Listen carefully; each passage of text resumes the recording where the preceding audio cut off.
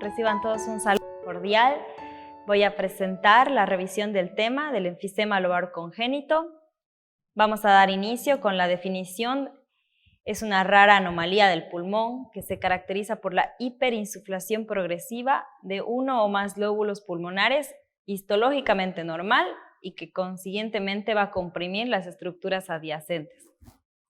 Se diagnostica en la etapa postnatal, típicamente por la aparición de la sintomatología respiratoria.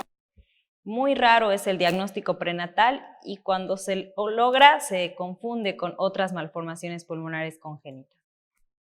Dentro de la fisiopatología se ha aceptado la presencia de una obstrucción bronquial intraluminal o extraluminal que puede llevar a un efecto valvular en el cual el aire ingresa al lóbulo afectado durante la expiración, pero al colapsarse el bronquio en la expiración no permite la salida y por lo consiguiente causa una hiperinsuflación progresiva.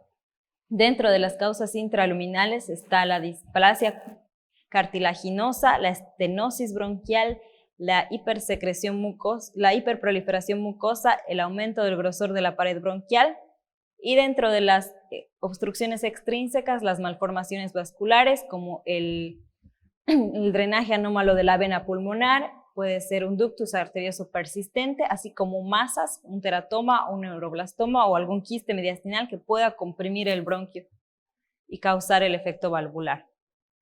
Es una patología con diagnóstico predominantemente postnatal.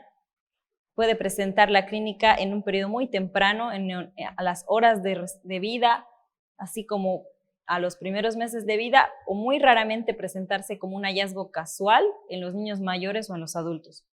El diagnóstico es clínico e imagenológico. Dentro del diagnóstico prenatal, este suele ser muy raro. Solamente hay 2 casos descritos en la literatura y en esta revista que revisamos podemos ver que se estudió a una paciente que tuvo una aparición transitoria de una hiperecogenicidad del pulmón derecho del feto. Digo transitoria porque no fue visualizado en las primeras ecografías, sí en las ecografías del segundo trimestre y en el tercer trimestre otra vez desapareció. Cuando el neonato nace, es revisado, se confirma el diagnóstico del enfisema lobar congénito. Es bastante raro el diagnóstico prenatal. El diagnóstico postnatal se puede dar por la clínica del paciente, que dependiendo del lóbulo afectado y de la magnitud del enfisema lobar, puede dar simplemente una taquipnea aislada o puede llevar al compromiso vital del paciente con una falla respiratoria aguda. Los pacientes también pueden presentar taquipnea, tos, cianosis, sibilancias y el uso de la musculatura accesoria, que nos va a dar una orientación para el diagnóstico del enfisema lobar congénito. Lo que podemos comprobar en los estudios que se han hecho en el 2008 en la Pediatrics International, donde vemos que de los 10 pacientes que estudiaron, todos tenían taquipnea, casi todos tenían disnea y una gran parte tenía cianosis. Otro estudio donde se hace un seguimiento de 30 años con 21 pacientes. Debemos ver que en el diagnóstico de estos pacientes la gran mayoría tenía cianosis, taquipnea, disnea. El segundo paso para el diagnóstico de estos pacientes es el estudio imagenológico, en el cual primeramente se realiza una radiografía de tórax. En las radiografías de tórax es muy fácil confundir el enfisema lobar congénito con un neumotórax a tensión. Podemos ver que la imagen es característica, es una hiperinsuflación y una hiperlucidez del pulmón afecto. Si uno ve muy detalladamente puede verse los lóbulos superior e inferior que están colapsados, siendo el lóbulo medio el que está hiperinsuflado y el desvío del mediastino. Es por esta imagen que en algunas ocasiones se puede confundir con un neumotórax y llegar a colocar un tubo de tórax en la sala de emergencia que no va a resolver la imagen. Seguidamente se realiza una tomografía de tórax donde se evidencia con mayor claridad cuál es realmente el lóbulo afectado, que se caracteriza por una hiperareación y una compresión de los otros dos lóbulos, además del desvío del mediastino hacia el lado contralateral. El tratamiento típicamente ha sido la lobectomía. Actualmente se está manejando el tratamiento conservador, pero las indicaciones para la cirugía en varios estudios han sido principalmente la clínica. Un paciente con una clínica bastante florida que le llega a comprometer la vida, casi siempre va a ir para cirugía, seguido de las neumonías. También se ha hecho la lobectomía para prevenir sus complicaciones en algunos pacientes que tenían un retraso del crecimiento y para resolver un neumotórax porque es una complicación del enfisema lobar congénito. Dentro de los lóbulos principalmente afectados, en todas las series se observa que el lóbulo superior izquierdo, el left upper lobe, es el más afecto en casi un 50% de todos los pacientes. Le sigue el lóbulo medio derecho y el lóbulo superior derecho. Muy poco los lóbulos basales o los lóbulos inferiores.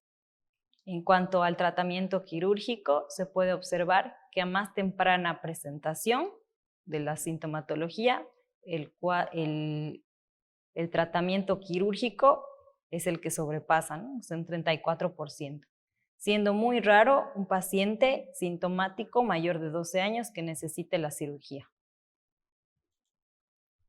En cuanto a las comorbilidades que podemos ver en estos pacientes, se han descrito varias comorbilidades, como ser hipertensión, cardiopatía, atresias esofágicas, hernias diafragmáticas, pero sin embargo no corresponde a la mayoría de los pacientes.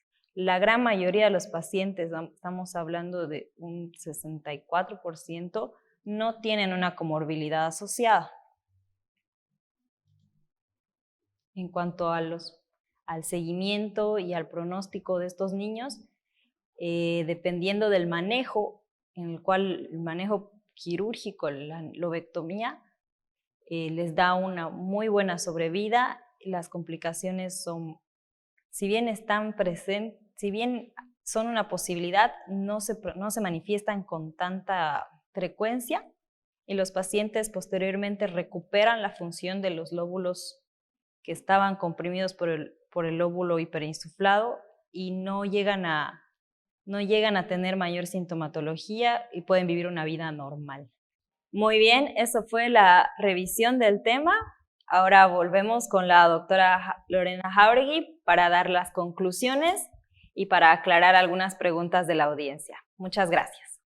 Bienvenidos, soy el doctor Romer Jesús Valero Mamani, residente de cuarto año de cirugía pediátrica del Hospital de Niños Dr. Mario Ortiz Suárez de la ciudad de Santa Cruz. Vamos a presentar el siguiente caso. Se trata de una paciente de sexo femenino de 2 meses de edad con iniciales de XCP, que es natural de la provincia de Guarnes del departamento de Santa Cruz. Bueno, entre los antecedentes perinatales es un producto del primer embarazo con un peso de recién nacido de 3.600 gramos, es un parto vaginal de 40 semanas de edad gestacional. La misma realiza 5 controles prenatales, las cuales son normales. Además realiza 3 ecografías, las cuales son normales. El Apgar al nacimiento entre 8 y 9. Entre los antecedentes patológicos, el más importante, a los 7 días de vida, la misma es internada en el dicho hospital por 5 días por un cuadro de sepsis. Y bueno, entre el cuadro clínico actual, es más o menos aproximadamente de 2 semanas de evolución, caracterizado por dificultad respiratoria y accesos de tos. Sin embargo, la misma no presenta mejoría y es referido a nuestro hospital. En nuestro servicio, al examen físico, el paciente viene en regular estado general, con irritable, activo-reactivo, piel y mucosas hidratadas, cianosis peribucal y afebril. Entre los signos vitales podemos observar que tiene una frecuencia cardíaca de 130 latidos por minuto, una frecuencia respiratoria de 60 respiraciones por minuto, una saturación de oxígeno de 90% con aporte de oxígeno, la temperatura de 36.6 y un peso actual de 520 gramos. Entre el examen físico segmentario, entre lo más importante podemos mencionar que en tórax, la misma se encuentra asimétrico, con un abombamiento del tórax derecho, con retracción subcostal y una retracción sifoidea marcada. El murmullo vesicular abolido en todo el campo pulmonar derecho, y a la percusión se puede observar de que se encuentra timpánico. Con esto se puede mencionar de que el diagnóstico de ingreso es una neumonía, un distrés respiratorio a descartar, un neumotórax al derecho, por lo cual se solicita una radiografía AP de tórax y los laboratorios prequirúrgicos. Una vez realizado la placa radiográfica de ingreso, podemos observar, como acá en la imagen, se puede observar una imagen radiolúcida importante de todo el campo pulmonar derecho, el cual desvía el mediastino hacia el lado contralateral, hacia el lado izquierdo. Con esta placa radiográfica más la clínica del paciente se decide asumir que es un neumotórax, y por lo cual se coloca un tubo de pleurostomía. Sin embargo, en la placa radiográfica podemos observar la misma imagen que la placa de ingreso, en el cual vemos el tubo de pleurostomía con un doblez y el cual se desvía hacia el lado posterior, por el cual asumimos de que no es un cuadro no tiene el diagnóstico de neumotórax, y asumimos de que es una malformación broncopulmonar, en el cual podemos observar de que estamos frente a un enfisema lobar congénito y una malformación adenomatoidea quística, por lo cual se solicita una tomografía. Previamente observamos el laboratorio, en el cual encontramos una hemoglobina de 14.5, un hematocrito de 45, un TP dentro de parámetros normales, las plaquetas aceptables, los leucocitos de 11.700, los segmentados de 44 y los linfocitos de 44%, los callados 0%. Bueno, una vez realizado la placa radiográfica, los laboratorios y pensando de que se trata de un enfisema lobar congénito o una malformación adenomatoidea quística, solicitamos una tomografía, en el cual podemos observar que en el corte coronal hay una hiperinsuflación del pulmón derecho que desvía el mediastino hacia el lado contralateral. En el corte axial, de la misma forma, vemos esta hiperinsuflación del pulmón, y de la misma forma observamos la desviación del mediastino hacia el lado contralateral. Una vez realizados los exámenes complementarios, decidimos ingresar a quirófano, en el cual en primera instancia realizamos una videobroncoscopía, en el cual podemos observar de que los bronquios del lóbulo superior derecho se encuentran colapsados, y se asume de que el enfisema lobar congénito probablemente sea del lóbulo superior derecho, ¿no? Por lo cual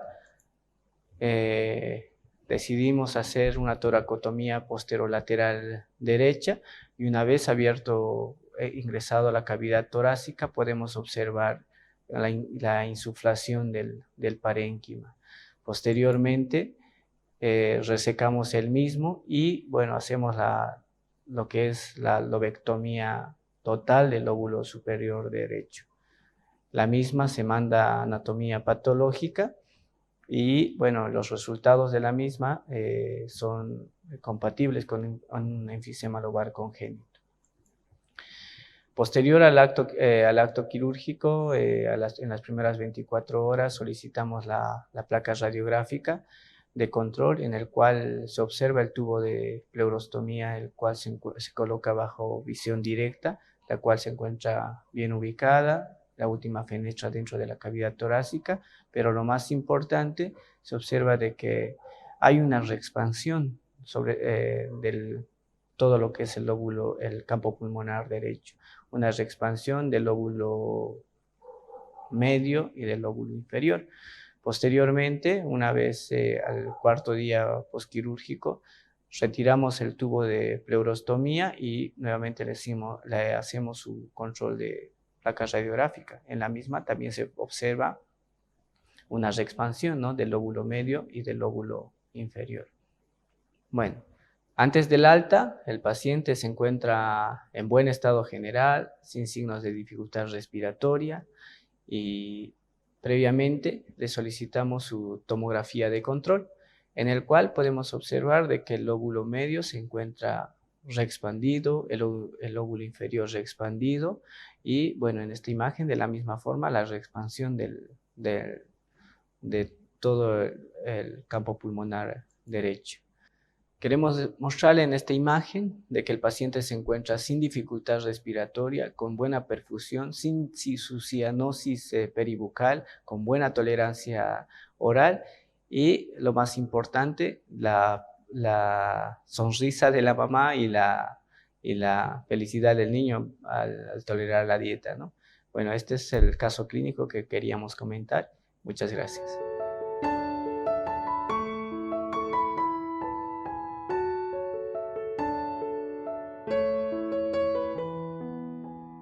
Ahora vamos a dar algunas conclusiones y recomendaciones. En los pacientes con enfisema lobar congénito hay que evitar la presión positiva, lo que significa que debemos evitar al máximo que se dé ventilación por AMU, porque va a distender más el enfisema. También cuando decidamos operar al paciente es importante recomendar al anestesiólogo que la intubación sea monobronquial, ¿sí? Para monobronquial hay anestesiólogos expertos que pueden ayudarnos a localizar, pero lo más importante es el uso de la broncoscopía. En nuestro caso, porque tenemos en nuestro hospital, usamos broncoscopía, la hizo el neumólogo y pudimos hacer una intubación selectiva. Asimismo, como ustedes vieron en el caso clínico, determinar exactamente el lóbulo que vamos a resecar que estaba completamente colapsado. Si es que no lo tuvieran esa opción, pueden usar también un catéter Fogarty para colapsar el pulmón. Cuando esté colapsado el pulmón, se va a notar mucho más el enfisema para determinar el lóbulo afectado.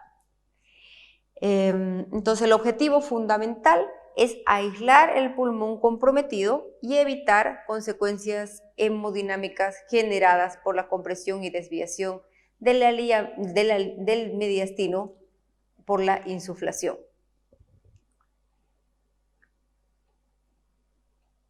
Algo que no se mencionó creo que es importante es que existe la clasificación de Meigs, que describe 3 grupos clínicos. Uno, que es el grupo 1, que es el enfisema lobar congénito de la infancia, el grupo 2, el enfisema lobar congénito sintomático en niños mayores, y el grupo 3, el que lo descubrimos por hallazgo, o sea que es un grupo que tiene un enfisema lobar congénito que está completamente asintomático y por pesquisa de una radiografía se encontró casualmente.